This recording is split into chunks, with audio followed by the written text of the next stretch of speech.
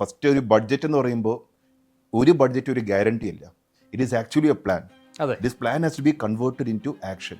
എങ്കിലേ നമുക്കിതിൽ സക്സസ് വരത്തുള്ളൂ. കേരളത്തിൻ്റെ ഫിസിക്കൽ പൊസിഷൻ കുറച്ച് ബുദ്ധിമുട്ടിലാണ്. There is a problem, challenges ഉണ്ട്. സ്റ്റേറ്റിൻ്റെ ഒരു ഗ്രോത്ത് നമുക്ക് റിക്വയർമെൻറ്റ് വരുന്നുണ്ടെങ്കിൽ ഗവൺമെൻറ് കൂടെ തന്നെ പ്രൈവറ്റ് ഇൻവെസ്റ്റ്മെൻറ്റും കൂടെ വന്ന് ക്ലബ് ചെയ്ത് കഴിഞ്ഞാൽ the development is likely to happen sir. But again implementation has to happen. Budget implement ആയി സർക്കുലേഴ്സും ഓർഡേഴ്സായി വരണം. പക്ഷേ ബഡ്ജറ്റ് അറിയുന്ന ഒരു കോമൺ മാൻ ഇത് കഴിയുമ്പോൾ അവരുടെ ബിസിനസ്സിൻ്റെ കാര്യങ്ങൾ പ്ലാൻ ചെയ്യണം.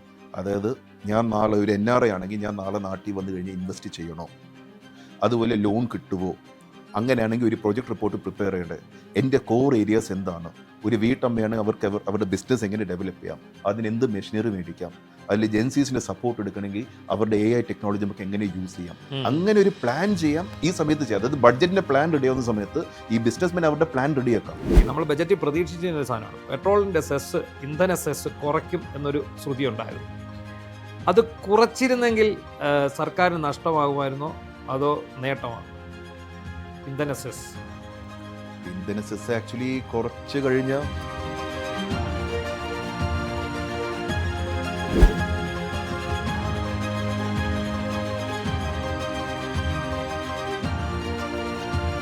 നമസ്കാരം. PD സതീശൻ സർക്കാരിൻ്റെ ആദ്യ ബജറ്റാണ് ഇന്നലെ നിയമസഭയിൽ അവതരിപ്പിച്ചത്. മുൻകാലങ്ങളിൽ നിന്ന് വ്യത്യസ്തമായിട്ട് നമ്മൾ സാധാരണക്കാർക്ക് പോലും മനസ്സിലാകുന്ന രീതിയിൽ അത്ര ലളിതമായിട്ടുള്ള ബജറ്റ് നിർദ്ദേശങ്ങളാണ് നമുക്ക് മുന്നിലെത്തിയത്. നമുക്കറിയാം, TV-യിലും മറ്റും കണ്ടുകൊണ്ടിരുന്ന എല്ലാ ആൾക്കാരും തത്സമയം നിരവധി പേർ ഈ സഭാ TV-യിലൂടെ ഈ ബജറ്റ് കാണുകയുണ്ടായി. ഈ ബജറ്റിനകത്ത് ഒരുപാട് നിർദ്ദേശങ്ങൾ, ജനങ്ങളുടെ പക്ഷത്തു നിന്നുള്ള ഒരുപാട് നിർദ്ദേശങ്ങളുണ്ടായി. ജനങ്ങളെ സഹായിക്കുന്ന തരത്തിലുള്ള ഒരുപാട് നിർദ്ദേശങ്ങൾ വരികയുണ്ടായി. അപ്പോൾ അതിനൊപ്പം തന്നെ ഒരുപാട് പദ്ധതികൾ, അതുപോലെ നികുതി വർധനവിനേക്കാൾ ഉപരി നികുതി വെട്ടിക്കുറയ്ക്കൽ, അങ്ങനെയൊക്കെ ഉണ്ടായിട്ടുണ്ട്. ന്യായമായും ഉയർന്നിരിക്കുന്ന ഒരു സംശയം, എങ്ങനെ ഈ ബജറ്റിന് ഇതിനകത്തെ നിർദ്ദേശങ്ങൾ, നികുതി വരുമാനം അല്ല നികുതി ഇതര വരുമാനങ്ങൾ എങ്ങനെ കണ്ടെത്താൻ സാധിക്കും?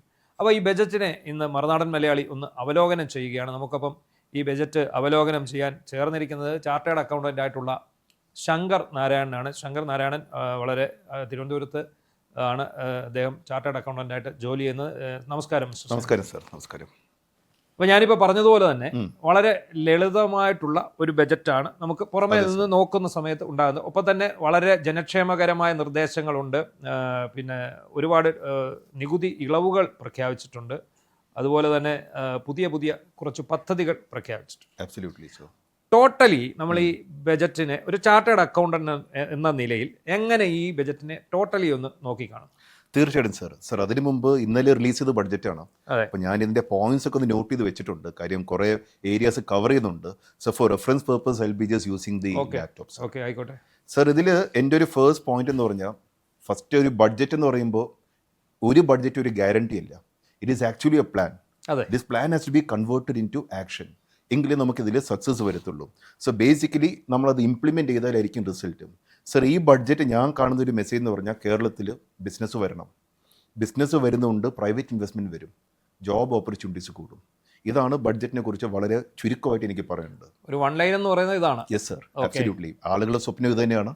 അതെ, അപ്പോൾ ഇത് തന്നെയായിരിക്കും വൺ ലൈനായിട്ടും വരും. പക്ഷേ ഇതിനകത്ത് തന്നെ ഏറ്റവും വലിയ ഒരു ആരോപണം വരാൻ പോകുന്നത് ഇത് തന്നെയാണ്. എന്താണെന്ന് ചോദിച്ചാൽ, ഇപ്പം ഒന്ന്, പോർട്ട് അദാനിക്ക് കേരള തീരം തീറെഴുതി എന്നൊരു ആരോപണം ഓൾറെഡി വന്നു കഴിഞ്ഞു. അതിനെക്കുറിച്ച് അദ്ദേഹം ഇന്നലെ നയം വ്യക്തമാക്കിയിട്ടുണ്ട്. PD സതീശൻ ഇന്നലെ നയം വ്യക്തമാക്കിയിട്ടുണ്ട്. സ്വകാര്യ സംരംഭകരെ പ്രോത്സാഹിപ്പിച്ച് മാത്രമേ നമുക്ക് മുന്നോട്ട് പോകാൻ പറ്റുകയുള്ളൂ. ഇപ്പം നമുക്കറിയാം, ഈ പറയുന്ന കാര്യങ്ങളില്ലാതെ നമുക്ക് എന്ത് വരുമാനം ഉണ്ടാക്കാൻ സാധിക്കും?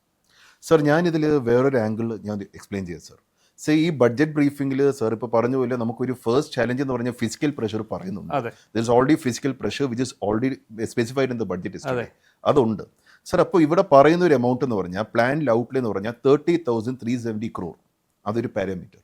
അതുപോലെ MSMEസിൻ്റെ 10,000 പുതിയ MSME പറയുന്നുണ്ട്, മിഷൻ സമുദ്ര പറയുന്നുണ്ട്, KFC ലോണിൻ്റെ കാര്യം പറയുന്നുണ്ട്, ഒരു ടാക്സ് അംനസ്റ്റി സ്കീം എന്നിരിക്കുന്ന കാര്യം വളരെ പ്രധാനമായിട്ട് പറയുന്നുണ്ട്.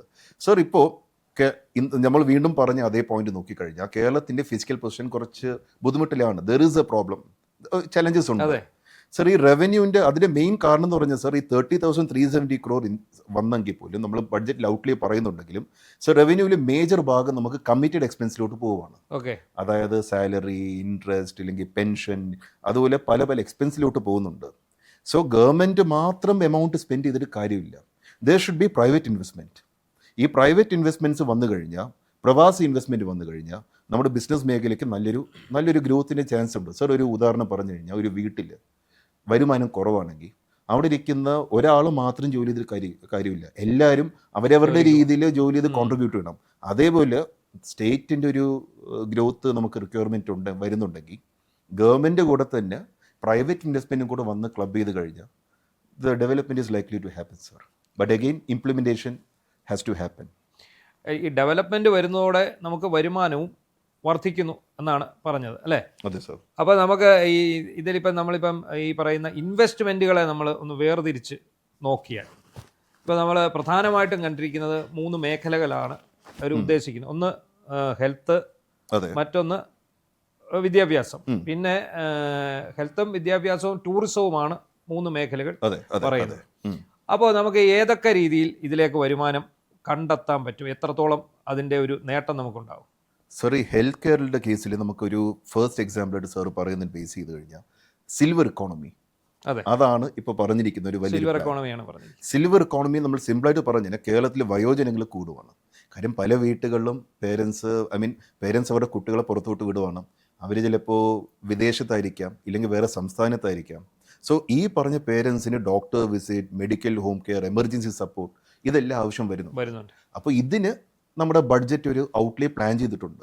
അതിൻ്റെ കൂടെ തന്നെ ഒരു പ്രൈവറ്റ് ഇൻവെസ്റ്റ്മെൻറ്റ്സിൻ്റെ റിക്വയർമെൻറ്റ്സ് വന്നു കഴിഞ്ഞാൽ അതും കൂടെ മാച്ച് ആയി കഴിഞ്ഞാൽ this is likely to happen. കാര്യം ഈ പറഞ്ഞ home care, care giver services, senior day care, medicine support, physiotherapy support, retirement facilities, ഇതൊക്കെ ഓപ്പർച്യൂണിറ്റി ആണ് ആക്ച്വലി. ഇൻഫാക്ട് അതിൻ്റെ ചലഞ്ചസ്, ഇമോഷണൽ ചലഞ്ചസ് ഉണ്ട്, അതിലോട്ട് ഞാൻ പോകുന്നില്ല സർ. പക്ഷേ മറ്റൊരു ആംഗിൾ നോക്കിക്കഴിഞ്ഞാൽ ഇതിൽ എക്സ്പേർട്സ് ആളുകൾക്ക് അതൊരു ഓപ്പർച്യൂണിറ്റിയാണ്. അപ്പോൾ ഇതിലോട്ട് ഡോറ് തുറന്നു കഴിഞ്ഞാൽ നമുക്ക് നല്ലൊരു ഗ്രോത്തിന് ഒരു ചാൻസ് ഉണ്ട്. അതാണ് കെയർ ഗീവർ എന്ന് പറഞ്ഞൊരു കോഴ്സാണ് ഉദ്ദേശിക്കുന്നത്. ആ കെയർ ഗീവർ അത് ഉദ്ദേശിക്കുന്നത് നമ്മൾ ഇന്ത്യ, വിദേശം രണ്ടിടത്തും ജോലി സാധ്യതയാണ്. ഇപ്പം വിദേശത്ത് ഈ കെയർ ഗീവർ എന്ന് പറയുന്നത് അവർക്ക് ഈ വയോജനങ്ങൾക്ക് അവരൊരു പ്രത്യേക പദവി തന്നെ അവർ കൊടുക്കുന്നു. നമ്മൾ ചരിത്രത്തിൽ ആദ്യമായിട്ടാണ് കേരളത്തിൽ ഒരു വയോജന വകുപ്പ് എന്ന് പറയുന്നത്. അതായത് നമ്മളിപ്പോൾ നമ്മുടെ ആൾക്കാരുടെ ഈ ബ്രെയിൻ ഡ്രെയിൻ ആണ് ഉണ്ടാകുന്നത്. വിദേശത്തേക്ക് ആൾക്കാർ പോയിക്കൊണ്ടിരിക്കുന്നു, വീട്ടിലെല്ലാവരും ഇതിലേക്ക് പോകുന്നുമുണ്ട്. അപ്പോൾ ഈ കെയർ ഗിവർ എന്ന് പറയുന്ന പോസ്റ്റുകൾ ധാരാളമായിട്ട് വരികയും ചെയ്യുന്നു. തീർച്ചയായിട്ടും സർ.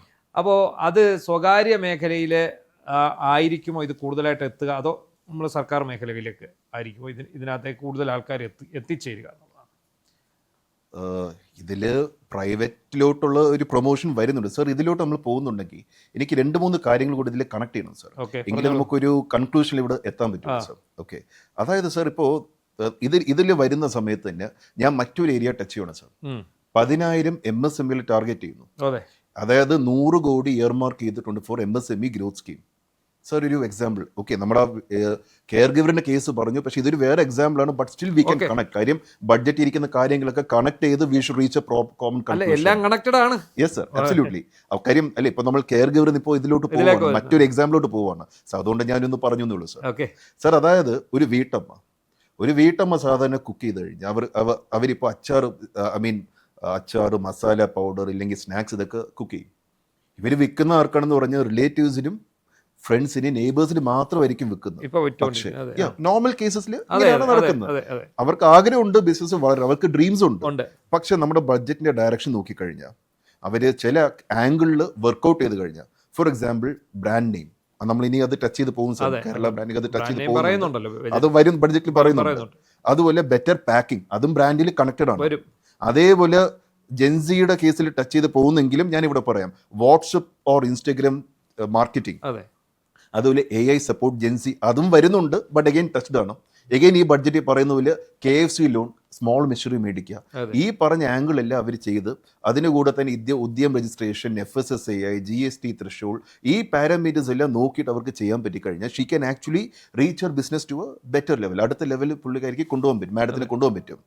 സോ സർ ഇതിൽ ആളുകൾക്ക് പറ്റിയൊരു പ്രോബ്ലം എന്താണെന്ന് പറഞ്ഞാൽ സർ, ആളുകൾ ബിസിനസ്സിന് ഡ്രീംസ് ഉണ്ട്, പക്ഷേ ഒരു വയബിലിറ്റി സ്റ്റഡി, ഫീസിബിലിറ്റി സ്റ്റഡി അതവർ ചെയ്യുന്നില്ല. അത് വരുമ്പോഴാണ് പ്രോബ്ലം വരുന്നത്. സോ എനിക്ക് ഇവരോട് ഇരിക്കുന്ന അഡ്വൈസ് എന്താണെന്ന് പറഞ്ഞാൽ, please do A business viability study, feasibility study. അത് സ്വന്തമായിട്ട് നോക്കണം. അതിൽ നമ്മൾ എല്ലാ കാര്യങ്ങളും കൺസിഡർ ചെയ്യണം. ഇപ്പോൾ 100 രൂപയ്ക്ക് ഒരു പ്രോഡക്റ്റ് നമ്മൾ 20 രൂപ പ്രോഫിറ്റ് മാത്രമായിരിക്കും നമ്മൾ നോക്കുന്നത് 100 രൂപയ്ക്ക് ഒരു പ്രോഡക്റ്റ് വിൽക്കുമ്പോൾ. പക്ഷേ നമ്മൾ കൺസിഡർ ചെയ്ത ചില കാര്യങ്ങളുണ്ട് sir. Package, wastage, delivery, commission, salary, electricity, ഇതൊക്കെ നമ്മൾ ചിലപ്പോൾ വിട്ടു. അങ്ങനെ വരുമ്പോൾ പ്രൊജക്റ്റ് നമ്മൾ ഉദ്ദേശിക്കുന്ന കാര്യങ്ങൾ വർക്കൗട്ട് ആയെന്ന് വരില്ല.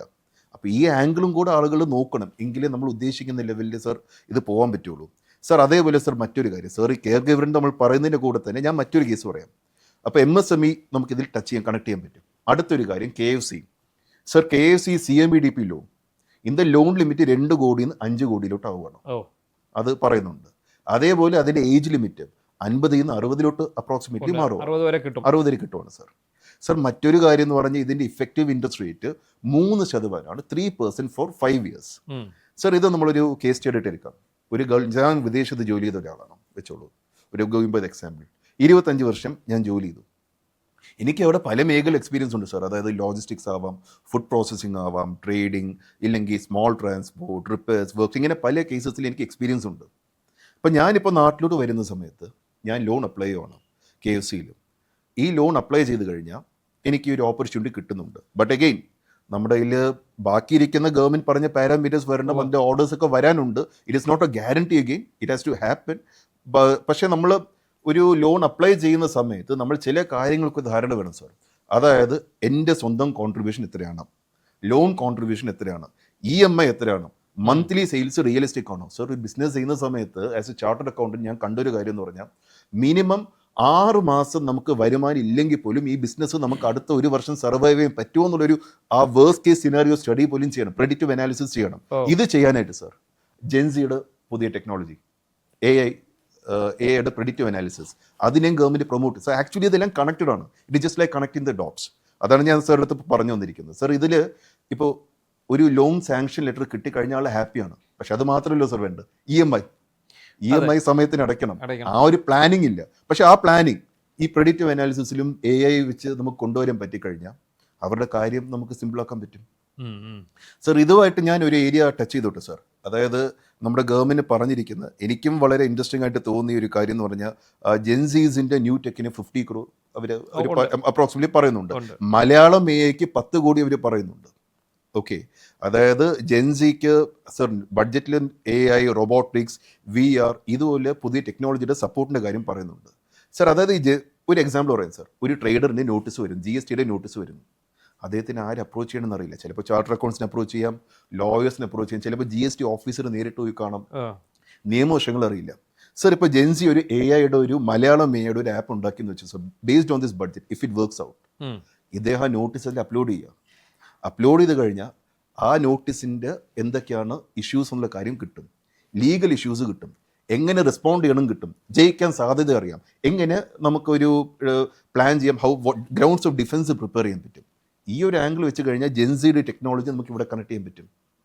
So that's A point sir. അതേപോലെ തന്നെ ഒരു ഷോപ്പിൽ നമുക്ക് ഡെയിലി ഇരിക്കുന്ന ബിസിനസ് എന്ന് പറഞ്ഞാൽ, ലെറ്റ്സ് സാധാരണ ഒരാളുടെ ഇരിക്കുന്നതെന്ന് പറഞ്ഞാൽ സെയിൽസിൻ്റെ ഉണ്ടാവും, പർച്ചേസിന് ഉണ്ടാവും, ഇൻവെൻട്രി ഉണ്ടാവും. പക്ഷേ ഈ ജെൻസിയുടെ പുതിയ ടെക്നോളജി വന്നു കഴിഞ്ഞാൽ you can get the details like ഏറ്റവും സ്ലോ മൂവിങ് സ്റ്റോക്ക് അറിയാം, ഫാസ്റ്റ് മൂവിങ് സ്റ്റോക്ക് അറിയാം, ഫാസ്റ്റ് മൂവിങ് സ്റ്റോക്കിലേക്ക് ഇദ്ദേഹത്തിന് പൈസ ഇറക്കാൻ പറ്റും. അങ്ങനെ ഒരു ബെനിഫിറ്റോ, ഏത് കസ്റ്റമർ പൈസ സമയത്തിന് തരുന്നു, ആര് തരുന്നില്ല, ആർക്ക് കടം കൊടുക്കാൻ പാടില്ല, ആർക്ക് കടം കൊടുക്കണം, ഏതാണ് സീസണൽ ബിസിനസ്. സോ ഇങ്ങനൊരു ടെക്നോളജി വന്നു കഴിഞ്ഞാൽ ഈ AI എന്ന് പറഞ്ഞ ആളുകൾ പേടിക്കും. കാര്യം ജോബ് പോകും എന്നുള്ളൊരു മൈൻഡ് സെറ്റാണ് വരുന്നത്. പക്ഷേ സാർ എൻ്റെ ഒരു വ്യൂ എന്ന് പറഞ്ഞാൽ, ഇനി വരാൻ പോകുന്നവർ AI is going to help the common man. കാര്യം സാധാരണക്കാർ ഈ ബുദ്ധിമുട്ട് വരുമ്പോൾ ജെൻസിയുടെ ഒരു ടെക്നോളജി വന്നു കഴിഞ്ഞാൽ, ഈ AIയുടെ സപ്പോർട്ട് അവർക്ക് കിട്ടിക്കഴിഞ്ഞാൽ അവർക്കും സപ്പോർട്ട് കിട്ടുന്നുണ്ട്, ജെൻസിക്കും ഒരു ഗ്രോത്ത് ഓപ്പർച്യൂണിറ്റി ഉണ്ട്. ഇതാണ് എൻ്റെ ഒരു പോയിന്റ് സർ. പ്രധാനപ്പെട്ട ഒരു പോയിന്റുകൾ അതാണ്. കണക്ട് ചെയ്ത് പോയത് അങ്ങനെയാണ്. അതെ, ഈ ഇപ്പൊ നമ്മൾ പറയുന്ന ഈ ബജറ്റ് എന്ന് പറയുന്ന എല്ലാ മേഖലകളെയും സ്പർശിച്ചുകൊണ്ട് പോകുന്ന ഒരു ബജറ്റാണ്. അപ്പോൾ സ്വാഭാവികമായിട്ടും ഈ പറഞ്ഞ ന്യൂ ജെന്നിന് വേണ്ടിയുള്ള ഒരു പോയിന്റ് തന്നെയാണ് ഇത്. അപ്പോൾ നമ്മളിപ്പോൾ ഈ നിലവിലുള്ള പ്രശ്നങ്ങൾ, നിലവിലുള്ള കടങ്ങൾ, അതായത് ഇപ്പോൾ ഏതാണ്ട് 5.7 ലക്ഷം കോടി രൂപയുടെ കടമാണ് സംസ്ഥാന സർക്കാരിനൊരു ബാധ്യതയായിട്ട് ഉള്ളത് മറ്റുള്ള ഇതിനെ അപേക്ഷിച്ച് നോക്കുമ്പോൾ. നമ്മളപ്പോൾ ഇത് ഈ പറയുന്ന കടം അല്ലെങ്കിൽ ഇത് ഒറ്റയടിക്കൊന്നും നമുക്ക് തീർക്കാൻ കഴിയില്ല. തീർച്ചയായിട്ടും സർ. ഇപ്പോഴത്തെ ഈ ബജറ്റ് അനുസരിച്ച് നമ്മളൊരു ഈ ഒരു ലക്ഷ്യത്തിലേക്ക് എത്താൻ എത്ര സമയം എടുക്കേണ്ടി വരും? ഈ നമ്മുടെ ഈ ദൈനംദിന ചെലവുകൾ കൂടാതെ നമ്മളുടെ കയ്യിൽ കടം ഇങ്ങനെ കടമായിട്ട് ലോൺ ഉണ്ട്, അത് കറക്റ്റാണ് സർ. ഈ ലോണിന്റെ ഒരു കേസിൽ എന്ന് പറഞ്ഞാൽ liability certain, that is 100% certain. അതുണ്ടാവും. പക്ഷെ ഒറ്റ ഒരു സംഭവം എന്ന് പറഞ്ഞാൽ എത്ര കാലം നമുക്ക് ഡെഫർ ചെയ്യാൻ പറ്റുന്നു അത്രയും നാളെ നമുക്കൊരു ക്യാഷ് ഫ്ലോ അഡ്വാൻറ്റേജ് കിട്ടും. ഈ എമൗണ്ട് അടച്ചേ പറ്റൂ. പക്ഷെ അതിന്റെ ഒരു time period it requires A specific calculation sir. അതുകൊണ്ട് എനിക്ക് അതിൽ പെട്ടെന്നൊരു ഉത്തരം പറയാൻ പറ്റുന്നില്ല. ബട്ട് ഐ ഡെഫിനറ്റ്ലി അത് എനിക്ക് വർക്ക്ഔട്ട് ചെയ്യാൻ പറ്റും sir. As a charter account capacity work out ചെയ്യാം. ബട്ട് എൻ്റെ ഒരു പോയിന്റ് എന്ന് പറയുന്നത് സർ, ഈ കടമുണ്ട്, ഇൻവെസ്റ്റ്മെന്റിൽ ചലഞ്ച് ഉണ്ട്, നമ്മളൊരു എമൗണ്ട് കാര്യം പറഞ്ഞു. ഇവിടെയാണ് സർ എനിക്ക് മറ്റൊരു കാര്യം പറയുന്നത്. ഇൻവെസ്റ്റ്മെന്റ് ഇൻ ഇൻവെസ്റ്റ് കേരളം എന്നുള്ളൊരു പ്ലാൻ ഉണ്ട്. അതായത് ഇൻവെസ്റ്റ് കേരളം എന്ന് പറഞ്ഞാൽ സിംഗിൾ വിൻഡോ ഓപ്പറേഷനാണ്. ലാൻഡ് റിഫോംസ് 2.0, അതുപോലെ land bank, special investment zone, paperless transaction എന്നിങ്ങനെ കാര്യങ്ങൾ പറയുന്നുണ്ട് സർ. ഇൻവെസ്റ്റേഴ്സ് വരുന്ന സമയത്ത് അവര് ഇപ്പൊ നമ്മൾ already we are supporting investors to invest in Kerala. ഇപ്പൊ ഗവൺമെന്റ് ഔട്ട്ലൈൻ്റെ കൂടെ MSME സപ്പോർട്ടിന്റെ കൂടെ നമ്മൾ ഇൻവെസ്റ്റേഴ്സ് കേരളത്തിൽ ഇൻവെസ്റ്റ് ചെയ്ത് വരുമ്പോൾ മുമ്പ് ഫേസ് ചെയ്ത ഒരു പ്രോബ്ലം എന്ന് പറഞ്ഞാൽ നമ്മുടെ ശിവാജി സിനിമയിൽ വന്നൊരു പ്രോബ്ലം, അതായത് പല ഓഫീസസിലും പല ഡിപ്പാർട്ട്മെന്റ്സിലും പോയി ഓരോ അപ്രൂവൽസും മേടിക്കാം, which was actually A challenge. പക്ഷേ അതാണ് സിംഗിൾ വിൻഡോ സർ. അതാണ് സിംഗിൾ വിൻഡോ. അത് വലിയൊരു അഡ്വാൻറ്റേജ് ആണ് സർ. ഇപ്പോൾ ഒരാൾ ഫുഡ് പ്രോസസ്സിംഗ് യൂണിറ്റ് തുടങ്ങാൻ ആഗ്രഹിക്കുന്നു സർ. അദ്ദേഹത്തിന് ലാൻഡ് ഉണ്ട്, പക്ഷേ commercial conversion, panchayat licence, pollution clearance certificate, electricity loan, പിന്നെ അതുപോലെ GST ലോൺ, ഇതെല്ലാത്തിൻ്റെ ആവശ്യം വരുന്നുണ്ട്. ഈ സിംഗിൾ വിൻഡോ ഇഫക്റ്റീവായിട്ട് വന്ന പ്രോജക്റ്റ് കോസ്റ്റ്, പ്രോജക്റ്റ് ഡിലേ കുറയ്ക്കാൻ പറ്റും. ഇതാണ് എനിക്കിതിൽ പറയേണ്ട ഒരു പോയിന്റ് സർ. ആൻഡ് ഈ പ്രൊജക്റ്റ് ചെയ്യുന്ന സമയത്ത് അഗൈൻ ലാൻഡ് വാങ്ങുന്നതിന് മുമ്പ് ടൈറ്റിൽ ഡീഡും അതുപോലെ കൺവേർഷൻ പോസിബിൾ ആണോ, ഫിനാൻഷ്യലി വയബിൾ ആണോ, ലോൺ കിട്ടും, ഇങ്ങനെയുള്ളൊരു ആംഗിൾ നോക്കണം. ആൻഡ് ഈ സിംഗിൾ വിൻഡോ വന്നു കഴിഞ്ഞാൽ it's going to help the people. Again sir, connected government loan ഉണ്ട്, it has to be paid. ഡെഫിസിറ്റിൻ്റെ കാര്യം ഓൾറെഡി നമ്മുടെ ബഡ്ജറ്റ് പറയുന്നുണ്ട്. So there is a challenge. But again government has plan something, it has to get converted into action, only then the results will come. But at the same time ഈ പ്രവാസി investment ഇതെല്ലാം കൂടെ ഒരുമിച്ചായി കഴിഞ്ഞാൽ നമുക്ക് we can expect the results to come sir. അങ്ങനെ വരുമ്പോൾ business കൂടും, ജോബ്സിന് ഒരു ചാൻസ് ഉണ്ട്. Again success should happen. നിലവിൽ ഈ ബജറ്റിൽ ഏറ്റവും ശ്രദ്ധേയമായ ഒരു പോയിന്റായിട്ട് എന്താണ് ശങ്കറിന് തോന്നുന്നത്? സർ, എനിക്കൊരു ഇമ്മീഡിയറ്റ് റിലീഫായിട്ട് എനിക്ക് പറയാൻ പറ്റിയൊരു കാര്യം എന്ന് പറഞ്ഞാൽ അത് എനിക്ക് കുറച്ച് ഇൻട്രസ്റ്റിംഗ് ആയിട്ട് തോന്നിയെന്ന് പറഞ്ഞാൽ ആംനസ്റ്റി സ്കീം.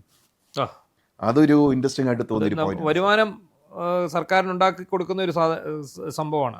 വരുമാനവും അതുപോലെ ആളുകളുടെ ലോസ് കുറയാനും ഒരു ചാൻസ് ആണ്. കാര്യം എന്ന് പറഞ്ഞാൽ ഇതൊരു ഒത്തുതീർപ്പിലാണല്ലോ ഈ സംഭവം. അബ്സല്യൂട്ട്ലി ഒരു റെക്കൺസിലേഷൻ ആ രീതിയിലങ്ങ്. സർ, ഇതിൽ ഞാനൊരു ആംഗിൾ പറയാം sir. Just put it like this. Sir, ഞാൻ ഒരു സ്മോൾ ട്രേഡർ, ഒരു ചെറുകിട വ്യവസായി, അദ്ദേഹത്തിന് വാറ്റിന്റെ നോട്ടീസ് ഉണ്ട്, ഫ്ലഡ്സസിന്റെ നോട്ടീസ് ഉണ്ട്. ഈ വാറ്റ് ഇപ്പൊ നിലവിലില്ല, അത് പഴയ നോട്ടീസ്, പഴയ കേസ് കുടിശ്ശികൾ കിടക്കുകയാണ്. അത് എത്ര ഉണ്ടെന്ന് വല്ല ഊഹമുണ്ടോ നമുക്ക്? സംസ്ഥാനത്ത് ഈ വാറ്റിന്റെ കുടിശ്ശിക എത്രത്തോളം നല്ല പോലെ ഉണ്ട്. പണ്ട് ഞാനതൊരു വിവരാവകാശം എടുത്ത ഒരു വാർത്ത ചെയ്താണ്, പക്ഷെ ഇപ്പൊ എനിക്ക് അതിന്റെ കറക്റ്റ് ആക്ച്വൽ ഫാക്ട്സ് നോക്കിയിട്ട് പറയാൻ പറ്റുള്ളൂ sir. Okay okay.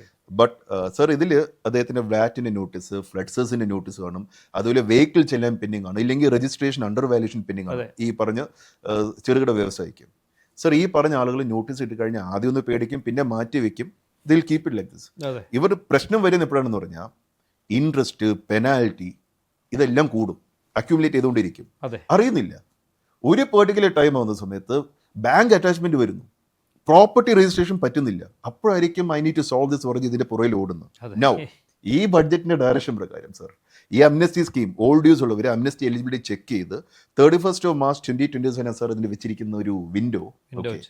So within that time നമ്മൾ നോക്കേണ്ടതെന്ന് പറഞ്ഞാൽ ഫസ്റ്റ് റെക്കൺസൈൽ ചെയ്യണം. അതായത് പ്രിൻസിപ്പൽ എത്ര, ഇൻട്രസ്റ്റ് എത്ര, പെനാൽറ്റി എത്ര, അംനസ്റ്റി നമ്മൾ അപ്ലൈ ചെയ്ത് കഴിഞ്ഞാൽ നമുക്ക് എത്രത്തോളം വേവർ കിട്ടും. ഈ ബെനിഫിറ്റ് യൂസ് ചെയ്ത് കഴിഞ്ഞാൽ കുറേയൊക്കെ നമുക്കൊരു ബെനിഫിറ്റ് നമുക്ക് വരാനുള്ള സാധ്യത. ഇത് ആക്ച്വലി എനിക്ക് ഒരു ഇമ്മീഡിയറ്റ് ബെനിഫിറ്റ് ആയിട്ട് തോന്നിയത് ഈ ഒരു കാര്യം തന്നെയാണ് സർ. പെട്ടെന്ന് കിട്ടാൻ പോകുന്നത് അത് സത്യമാണ്.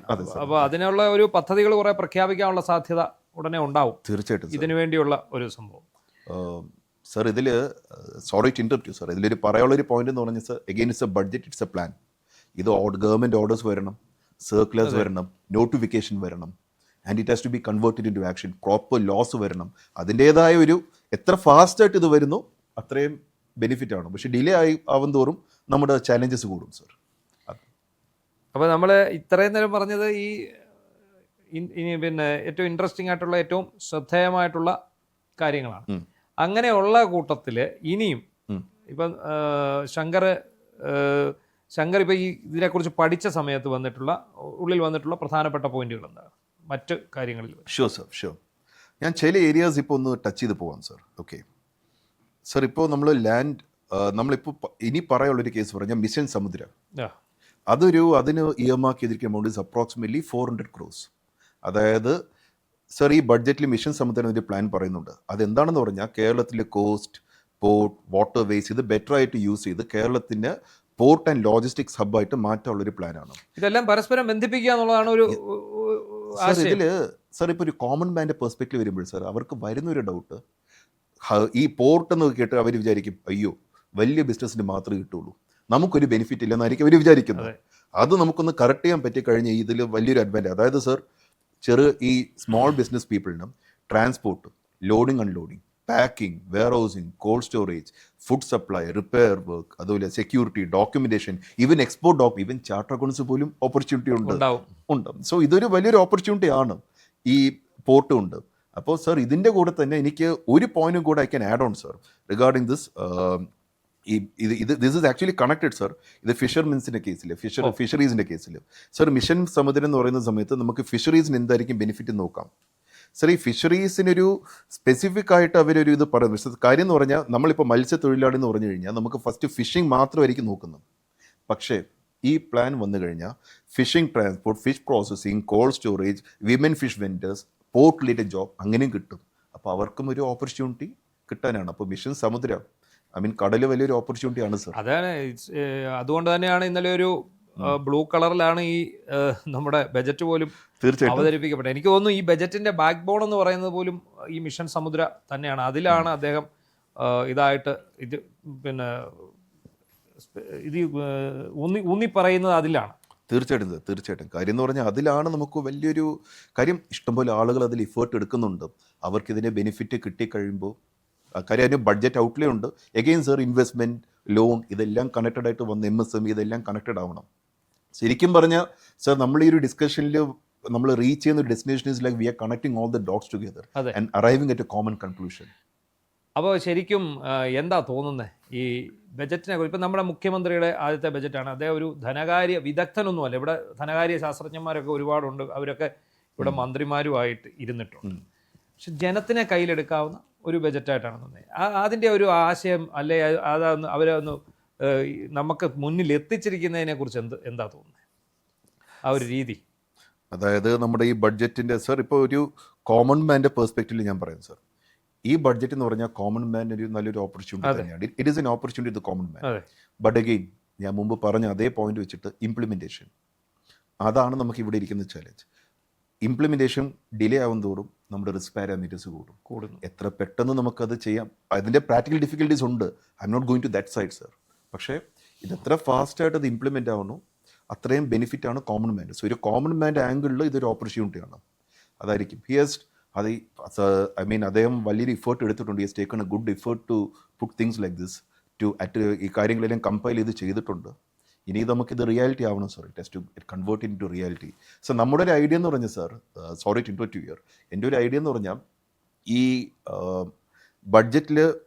ബഡ്ജറ്റ് ഇംപ്ലിമെൻ്റ് ആയി സർക്കുലേഴ്സും ഓർഡേഴ്സായി വരണം. പക്ഷേ ബഡ്ജറ്റ് അറിയുന്ന ഒരു കോമൺ മാൻ ഇത് കഴിയുമ്പോൾ അവരുടെ ബിസിനസ്സിൻ്റെ കാര്യങ്ങൾ പ്ലാൻ ചെയ്യണം. അതായത് ഞാൻ നാളെ ഒരു NRI ആണെങ്കിൽ ഞാൻ നാളെ നാട്ടിൽ വന്നു കഴിഞ്ഞ് ഇൻവെസ്റ്റ് ചെയ്യണോ, അതുപോലെ ലോൺ കിട്ടുമോ, അങ്ങനെയാണെങ്കിൽ ഒരു പ്രൊജക്ട് റിപ്പോർട്ട് പ്രിപ്പയർ ചെയ്യേണ്ടത്, എൻ്റെ കോർ ഏരിയാസ് എന്താണ്, ഒരു വീട്ടമ്മയാണെങ്കിൽ അവരുടെ ബിസിനസ് എങ്ങനെ ഡെവലപ്പ് ചെയ്യാം, അതിന് എന്ത് മെഷീനറി മേടിക്കാം, അതിൽ ജെൻസീസിൻ്റെ സപ്പോർട്ട് എടുക്കണമെങ്കിൽ അവരുടെ AI ടെക്നോളജി നമുക്ക് എങ്ങനെ യൂസ് ചെയ്യാം, അങ്ങനെ ഒരു പ്ലാൻ ചെയ്യാം ഈ സമയത്ത് ചെയ്യാം. അതായത് ബഡ്ജറ്റിൻ്റെ പ്ലാൻ റെഡി ആവുന്ന സമയത്ത് ഈ ബിസിനസ്മാൻ അവരുടെ പ്ലാൻ റെഡിയാക്കാം. Once the budget is executed അവർക്ക് അവരുടെ പ്ലാനെ എക്സിക്യൂട്ട് ചെയ്യാം, പ്ലാൻ അനുസരിച്ച് നീങ്ങും. ഇതായിരിക്കും എനിക്കിതിൽ പറയേണ്ട ഒരു പോയിന്റ് സർ. ഇതിനകത്ത് ബജറ്റിൽ ഇല്ലാത്ത ഒരു കാര്യം ചോദിക്കും. നമ്മൾ ബജറ്റിൽ പ്രതീക്ഷിച്ചിരുന്ന ഒരു സാധനമാണ് പെട്രോളിൻ്റെ സെസ്, ഇന്ധന സെസ് കുറയ്ക്കും എന്നൊരു ശ്രുതി ഉണ്ടായിരുന്നു. അത് കുറച്ചിരുന്നെങ്കിൽ സർക്കാരിന് നഷ്ടമാകുമായിരുന്നോ അതോ നേട്ടമാകുമായിരുന്നോ ഇന്ധന സെസ്? ഇന്ധന സെസ് ആക്ച്വലി കുറച്ച് കഴിഞ്ഞാൽ സർ ഗവൺമെന്റ് കിട്ടുന്ന റവന്യൂവിലൊരു ഷോർട്ടേജ് വരും. But again common man will be affected. അതാണ് സർ അതിൽ സർ എന്ത് പറ്റുന്ന പറഞ്ഞാൽ സർ ഇന്ധന സെസ് കുറയ്ക്കുന്ന സമയത്ത് സർക്കാരിൻ്റെ റവന്യൂ ഹിറ്റ് ആവും. എഗ്രീഡ്. കോമൺ മാൻ്റെ കോസ്റ്റ് കൂടും, നമ്മൾ മേടിക്കുന്ന സാധനങ്ങളുടെ കോസ്റ്റ് കൂടും, indirect impact on the customer. അപ്പോൾ സാധനങ്ങളുടെ പ്രൈസസ് കൂടും, പ്രോഫിറ്റ് മാർജിൻ കുറയും, അപ്പോൾ വീണ്ടും ടാക്സ് കുറയും. സോ ഒരു സൈഡിൽ ഒരു ബെനിഫിറ്റ് വരുന്നുണ്ടെങ്കിൽ മറ്റേ സൈഡിലൊരു ഇമ്പാക്റ്റ് ആവുന്നുണ്ട് sir. Actually it comes in indirect way. Initially പൈസ കൂടും, ബട്ട് അങ്ങോട്ട് പോകും തോറും അതിന് ഇമ്പാക്റ്റ് നമ്മൾ അറിയും. ഇത് ഷോർട്ട് ടേം, അത് ലോങ് ടേം. ഇത് ജനങ്ങൾ ഇന്നലെ വളരെയധികം പ്രതീക്ഷിച്ചിരുന്നതാണ് പെട്രോൾ ഒരു 3 രൂപ കുറയും എന്നുള്ള ഒരു ഇതിലേക്ക് വന്നിരുന്നു. നമുക്ക് പ്രത്യക്ഷത നമുക്ക് ഗുണമാണ്, തീർച്ചയായിട്ടും. പക്ഷെ അത് ലോങ് ടേമിൽ അതിൻ്റെതായ ഇമ്പാക്റ്റ് വരും. പക്ഷെ നമ്മൾ അറിയുമ്പോൾ അത് ലേറ്റ് ആവും. കാര്യം ഇൻഫ്ലേഷൻ, അങ്ങനെ പല പാരാമീറ്റേഴ്സ് നമുക്ക് ഹിറ്റ് ആവുള്ളൂ. ഓക്കെ സർ, ഇനി എനിക്കൊരു ഇമ്പോർട്ടൻ്റ് ഏരിയ എനിക്ക് ടച്ച് ചെയ്ത് പോയാൽ ഈ വെഹിക്കിൾ ടാക്സിനെ കുറിച്ച് എനിക്കൊരു പോയിന്റ് പറയുന്നുണ്ട് sir. Regarding the vehicle tax. Sir, ഈ ബഡ്ജറ്റിൽ വെഹിക്കിൾ ടാക്സിന് ചില ചേഞ്ചസ് പറയുന്നുണ്ട്. അതായത് നമ്മൾ വളരെ സിമ്പിളായിട്ട് പറഞ്ഞു കഴിഞ്ഞാൽ സ്മോൾ ഇലക്ട്രിക് വെഹിക്കിൾസിന് ടാക്സ് കുറയും. ഓക്കെ, അതിൻ്റെ സ്ലാബ് കുറയുന്നു. അതേപോലെ കോസ്റ്റ്ലി ഇലക്ട്രിക് വെഹിക്കിൾസിന് for a price which is above 40 lakhs or more അവർക്ക് ടാക്സ് കൂടുവാണ്. സോ ഇങ്ങനെ ഒരു പോയിന്റ് പറയുന്നുണ്ട്. ആൻഡ് അഗെയിൻ ഈ ഡിഫറെൻ്റ്ലി ഏബിൾഡ് പേഴ്സൺസിന് അവർക്കും അതുപോലെ വെഹിക്കിൾ കൺസെഷൻ ലിമിറ്റ് പറയുന്നുണ്ട്. ടൂറിസ്റ്റ് ബസ്സസിന് this is actually interesting sir. ഈ ടൂറിസ്റ്റ് ബസ്സസിന് നമ്മളൊരു റിലീഫ് പറയുന്നുണ്ട് സർ. അതായത് 50% ഒരു അത് തന്നെ സ്വകാര്യ ബസ്സുകൾക്കും പറയുന്നുണ്ട്. യെസ്, സ്റ്റേജ് കാരേജ് റിലീഫിനും അവർ പറയുന്നുണ്ട്. സോ ഇതിനും അവർ പറഞ്ഞു. സോ ഇങ്ങനെ വരുന്ന സമയത്ത് ഒരു ടൂറിസ്റ്റ് ഓപ്പറേറ്ററായിട്ട് കേരള സർ നോർമലി എന്ത് പറ്റുമെന്ന് പറഞ്ഞാൽ tourist operators may consider other states. കാര്യം എവിടെയായിരിക്കും രജിസ്ട്രേഷൻ ചീപ്പർ. ഇങ്ങനെ വരുന്ന സമയത്ത് there is an opportunity is likely to happen sir. അതെ, നമ്മുടെ ബസ്സുകളൊക്കെ ഇപ്പം കർണാടകത്തിലൊക്കെ കൊണ്ടുപോയി രജിസ്റ്റർ ചെയ്തിട്ടുണ്ട്. അത് ചെയ്യുന്നുണ്ട്. അതിൻ്റെ ഒരു ഫുട്ഫോള് നമുക്ക് ഇങ്ങോട്ട് കൂടുതൽ കിട്ടാനുള്ള ഒരു ചാൻസ് ഉണ്ട് സർ. അപ്പോൾ ആ വഴിക്ക് വരുമാനം കൂടും. നമ്മളിപ്പോൾ 50% നികുതി കുറയ്ക്കുമ്പോൾ പക്ഷേ ഇതിന്റെ എണ്ണത്തിൽ വർധനവുണ്ടാവും. അതാണ് ഉദ്ദേശിക്കുന്നത് അല്ലേ? അതെ അതെ അതെ അതെ അതെ സർ. അതുപോലെ മറ്റൊരു ഏരിയ നമുക്ക് ടച്ച് ചെയ്യാൻ പറ്റി കഴിഞ്ഞ ഇൻട്രസ്റ്റിംഗ് സാർ, ഈ ബ്രാൻഡ് കേരളം. അത് നല്ലൊരു ഇതല്ലേ സർ? നേരത്തെ ഒരു ബ്രാൻഡ് ഉണ്ടായിരുന്നു ഇവിടെ, കെ ബ്രാൻഡ്. എല്ലാത്തിനും കെ ഫോൺ, അങ്ങനെ ഒരു ബ്രാൻഡ് ഉണ്ട്. ഇപ്പൊ കേരളം എന്നൊരു ബ്രാൻഡ് തന്നെയാണ് ഉദ്ദേശിക്കുന്നത്. Absolutely absolutely. അതുകൊണ്ട് എന്താണ് നമുക്കൊരു നേട്ടം ഉണ്ടാകും സർ? ഇവിടെ സർ ഇപ്പോൾ നമ്മുടെ കേരളത്തിലെ ആക്ച്വലി നല്ല ക്വാളിറ്റി പ്രൊഡക്ട്സ് ഉണ്ട് സർ. അതായത് വയനാട്ടിൽ കോഫി ആണല്ലോ സർ, ഇടുക്കിയിൽ പെപ്പർ, അതും ടച്ച് ചെയ്യാം. Banana chips, ayurvedic oil, cashew, ഇങ്ങനെ പല സ്ഥലങ്ങളിൽ ഓരോ നല്ല നല്ല products. Seafood Keralam is actually good, വളരെ നന്നായിട്ട് ചെയ്യുന്നുണ്ട് സർ. ഇതിലിരിക്കുന്ന ഒരു ചലഞ്ച് എന്ന് പറഞ്ഞാൽ സർ, ഞാനിപ്പോൾ വിൽക്കുവാണ്, ഒരു സാധാരണക്കാരനായിട്ട് വിൽക്കുവാണ്. ഇത് റീച്ച് ഔട്ട് ചെയ്യുന്ന സാറിൻ്റെ അടുത്ത് വിൽക്കണം sir. Sir what you do is you pack it, you brand it, you add a premium price and you sell it. Okay. അതാണ് സാർ ഇപ്പോൾ ഇപ്പം ഞാൻ 500 രൂപയ്ക്ക് സാറിന് വിറ്റ് കഴിഞ്ഞാൽ sir grading, cleaning, packing, branding, online sale ഇതെല്ലാം വെച്ച് സാറ് 900 വിൽക്കും. ഓക്കെ. ഇപ്പോൾ ഈ ബ്രാൻഡ് കേരളം വന്നു കഴിഞ്ഞാൽ നമുക്ക് ആക്ച്വലി കുറച്ച് ഇത് ഐഡൻറ്റിറ്റി കിട്ടും, മാർക്കറ്റ് ആക്സസ് കിട്ടും. അപ്പോൾ എനിക്കും ഇത് 900 rupees വിൽക്കാൻ പറ്റും. സോ ഈ ബ്രാൻഡിങ് ഒരു വലിയൊരു ഓപ്ഷനാണ്. It is actually an opportunity. ഈ ബ്രാൻഡിങ് എങ്ങനെ കൊണ്ടുവരുന്നത്? എങ്ങനെ അത് നമുക്കൊരു ഈ മുമ്പേ പറഞ്ഞ ഈ സിംഗിൾ വിൻഡോ എന്ന് പറഞ്ഞതുപോലെ ഒരു കൊടക്കയിൽ ഈ ബ്രാൻഡിങ് എങ്ങനെ കൊണ്ടുവരാൻ സാധിക്കുന്നത്? That's an early question. But ബ്രാൻഡിങ്ങിൻ്റെ കേസിൽ എന്ന് പറയുമ്പോൾ സർ, അതിൻ്റേത് ഒരു പ്രോസസ്സ് ഉണ്ട്. ആ പ്രോസസ്സ് അവർ ഈസ് ഔട്ട് ചെയ്യും. Again through the single window the process will be eased out. പക്ഷേ അതിൻ്റേതായ ട്രെയിനിങ്ങും ബാക്കിയുള്ള ഓരോ പാരാമീറ്റേഴ്സ് ചെക്ക് ചെയ്തിട്ടായിരിക്കും അതിൽ കൊണ്ടുവരുന്നത്. ബട്ട് വൺസ് സർ, ഇപ്പോൾ ചില ബ്രാൻഡിൻ്റെ ആ സർട്ടിഫിക്കേഷൻ കിട്ടിക്കഴിഞ്ഞാൽ വി ബൈ ദ പ്രൊഡക്റ്റ് ആണല്ലോ. അപ്പോൾ നമ്മൾ ഉദ്ദേശിക്കുന്ന അതേ ബ്രാൻഡിങ് ക്വാളിറ്റി, ബ്രാൻഡ് കേരളം ആ പ്രീമിയം ബ്രാൻഡിങ് കിട്ടിക്കഴിഞ്ഞാൽ നമുക്ക് ഇപ്പോൾ കേരള ബ്രാൻഡ് വർക്ക്ഔട്ട് ആയെന്ന് വെച്ചു സർ, വേറൊന്നും നോക്കണ്ട, ഈ ബ്രാൻഡ് ഉണ്ടോ മാത്രം നോക്കിയാൽ മതി.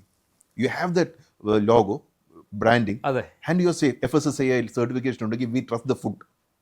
അതേപോലെ തന്നെ കേരള ബ്രാൻഡ് നമുക്ക് കൊണ്ടുവരാൻ പറ്റിക്കഴിഞ്ഞാൽ, but it has to go as per the action sir. Sir, അതുപോലെ നമുക്ക് സാറിൻ്റെ ഒരു വ്യൂ പോയിന്റിൽ ഈ ഗോൾഡ് ഫർണിച്ചർ അത് നല്ലൊരു ഓപ്പർച്യൂണിറ്റി അല്ലേ സർ? അതെ, ഫർണിച്ചർ എന്ന് പറയുന്നത് നമ്മുടെ ഏറ്റവും പ്രധാനപ്പെട്ട കാര്യം എന്ന് പറഞ്ഞാൽ നമ്മുടെ നാട്ടിൽ ഇഷ്ടം പോലെ ഇതിൻ്റെ അസംസ്കൃത വസ്തുക്കൾ കിട്ടാനുണ്ട്. അതുപോലെ തന്നെ എനിക്ക് തോന്നുന്നു ഏറ്റവും കൂടുതൽ ഗോൾഡ് പർച്ചേസ് ചെയ്യുന്ന ഒരു സംസ്ഥാനങ്ങളിൽ ഒന്ന് നമ്മുടെ കേരളമാണ്. അതിൽ 2 സ്ഥലങ്ങളാണല്ലോ സർ ഗോൾഡിന്റെ മെയിൻ ഹബ്ബ്. മെയിൻ പ്ലേസ് തൃശ്ശൂരാണ്. പിന്നെ of course Kochi is touch base ചെയ്ത് പോകുന്നുണ്ട്. അതുപോലെ നമ്മളിപ്പോൾ സർ ഫർണിച്ചർ നോക്കിക്കഴിഞ്ഞാൽ പെരുമ്പാവൂർ സൈഡിൽ പ്ലൈവുഡും ഫർണിച്ചർ ബിസിനസ്സും വളരെ സ്ട്രോങ് ആണ്. Kothamangalam Perumbavoor area. Yes sir. അതായത് ഗോൾഡ് ഹബ്ബ് നല്ലൊരു ഓപ്പർച്യൂണിറ്റിയാണ്. അതേപോലെ തന്നെ ഫർണിച്ചർ ഹബ്ബും ചാൻസ് ഉണ്ട്, ടൂറിസത്തിൽ ചാൻസ് ഉണ്ട്. സർ ഇപ്പോൾ ഗോൾഡ് ഹബ്ബ് വന്നു കഴിഞ്ഞാൽ അത് ഗവൺമെൻറ് ഒരു ഫണ്ട് ഇയർമാർക്ക് ചെയ്ത് വെച്ചിട്ടുണ്ട്. ഈ ഗോൾഡ് ഹബ്ബ് വന്നു കഴിഞ്ഞാൽ ജുവലറി മേക്കിംഗ്, അതുപോലെ designing, hallmarking, job work, transport, accounts, insurance, ഇതിനൊക്കെ അഡീഷണൽ ഓപ്പർച്യൂണിറ്റിയാണ് ആണല്ലോ സർ. അതേപോലെ ഫർണിച്ചർ ഹബ്ബ് വന്നു കഴിഞ്ഞാൽ കാർപ്പൻറ്റേഴ്സിന്, ഫർണിച്ചർ യൂണിറ്റ്സിന്, packing, transport, even online sales, അതിന് നമുക്ക് സ്കോപ്പ് ഉണ്ട്. അതിൽ ടൂറിസം വരട്ടെ സർ, ആയുർവേദിക് വെൽനസ്, ഫാം, അതുപോലെ farm tourism, local food, tourist taxi, guides, ഇതിനും ലോണ്ടറി, ക്ലീനിങ് സർവീസസ്, ഇതെല്ലാം ഗ്രോ ചെയ്യുവാണ്. അതായത് ഒരു ഹബ്ബ് വരുമ്പോൾ അതിൽ അലൈഡ് ബിസിനസ്സസും കൂടെ ഗ്രോ ചെയ്യുവാണ്.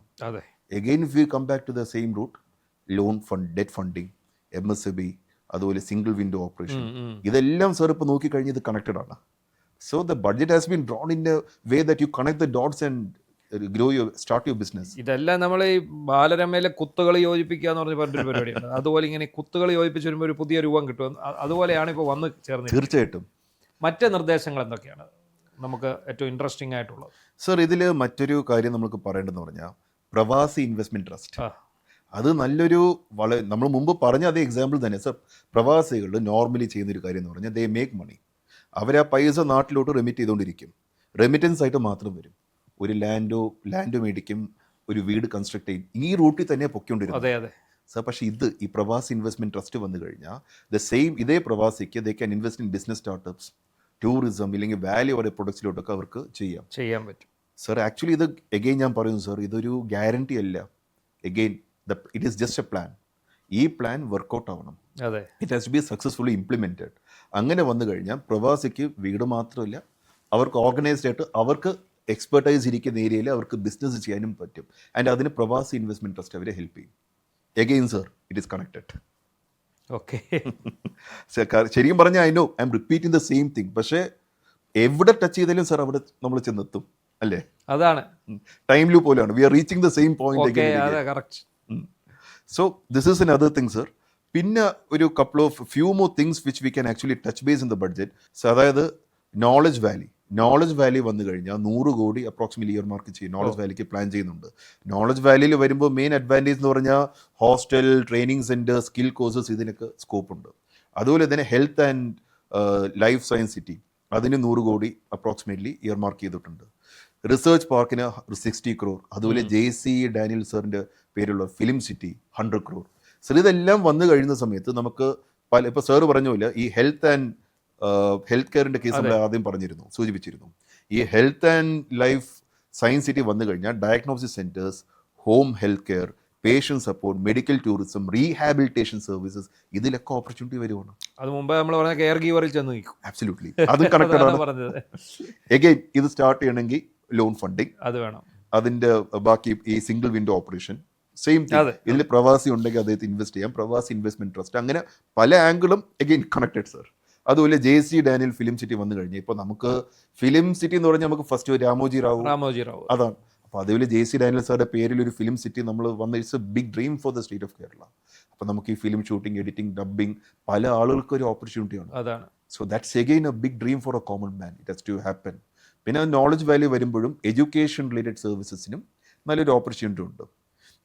സോ ഇത് ജോബ്സ് മാത്രമല്ല സർ, ആക്ച്വലി ഇത് കറക്റ്റായിട്ട് ഇംപ്ലിമെൻ്റ് ആയി കഴിയുമ്പോൾ this will be a very good business opportunity, and business opportunity will give job opportunity. And it will also help allied businesses. The dots are connected again. Okay. So അടുത്തൊരു കാര്യം എന്ന് പറഞ്ഞാൽ renewable energy.